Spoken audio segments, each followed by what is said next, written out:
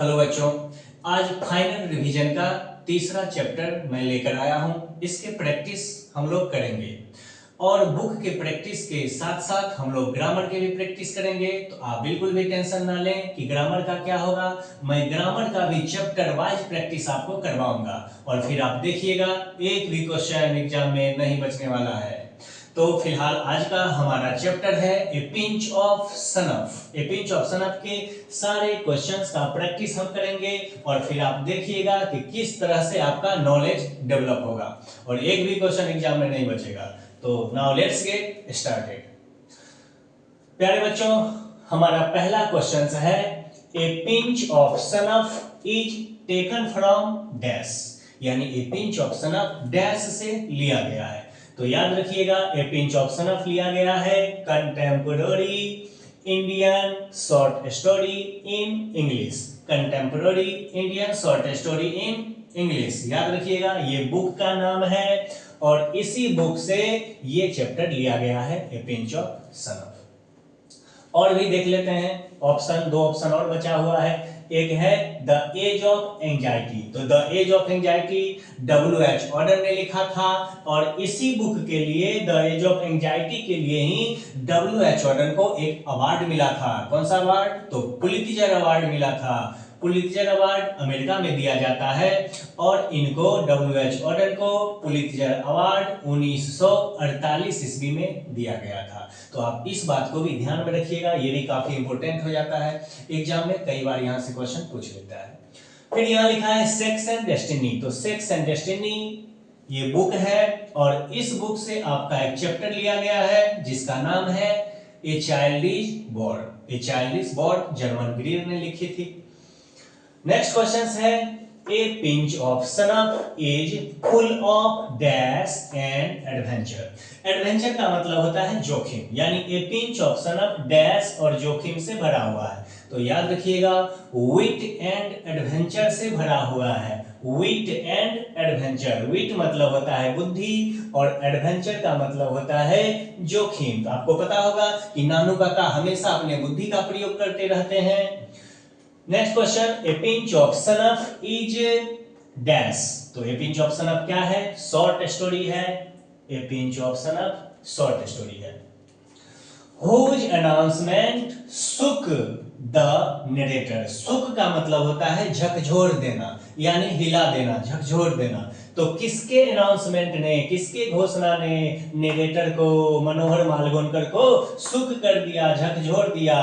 तो mother's announcement यहां पे हो जाएगा। Mother's announcement.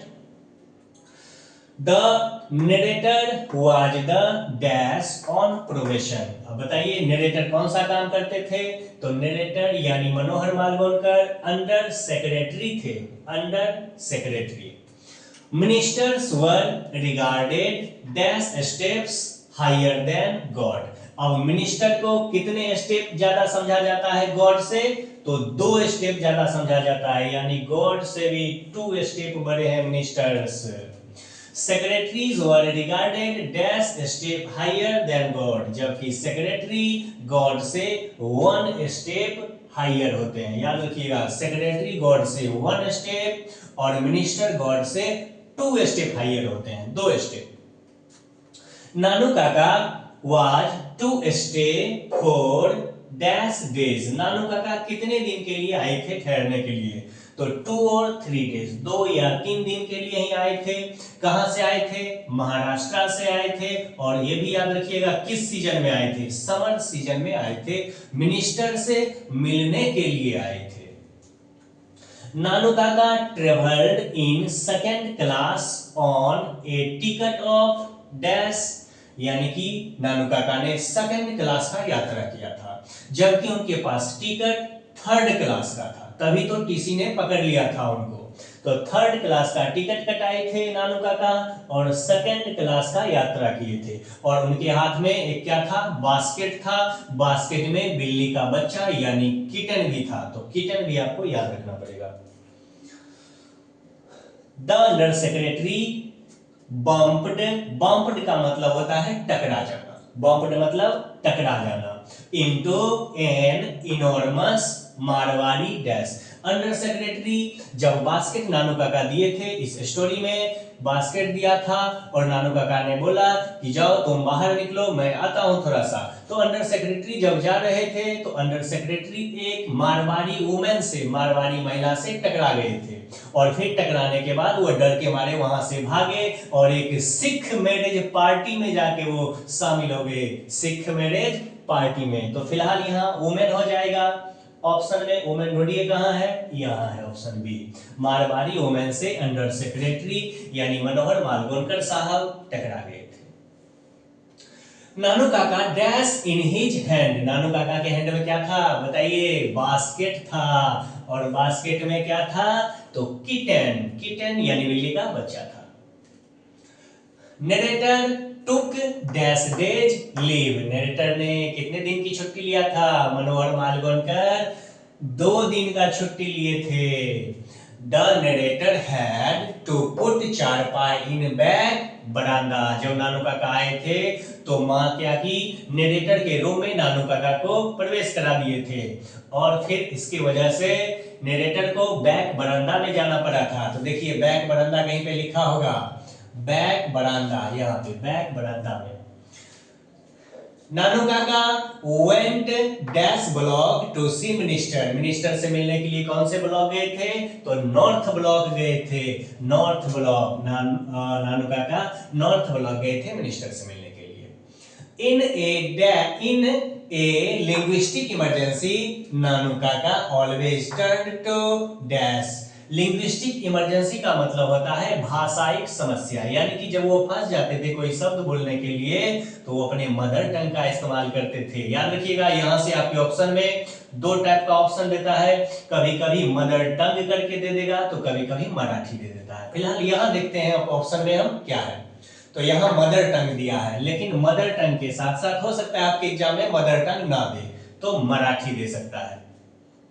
Ratiram was the son of dash, Ratiram dash के बेटे थे तो सोहनलाल रतिराम के बेटे थे। Nanu Kaka was the dash of under secretary, Nanu Kaka under secretary के कौन थे, मैटरनल अंकल थे, मामा जी थे नानू काका।